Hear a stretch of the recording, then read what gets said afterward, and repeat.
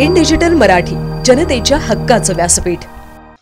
मारळ ग्रामपंचायत कार्यालयाच्या हद्दीत असलेल्या महाराष्ट्र औद्योगिक विकास महामंडळ पाण्याच्या मेडिसीमध्ये क्रेनच्या मदतीने पाण्याची टाकी दुरुस्त करत असताना क्रेन चालकाच्या निष्काळजीपणामुळे लोखंडी ब्रिज बबलू कनोजिया नामक कामगाराच्या अंगावर पडल्याने कामगाराचा दुर्दैवी मृत्यू झाल्याची घटना काल सायंकाळी 4 वाजता घडली आहे।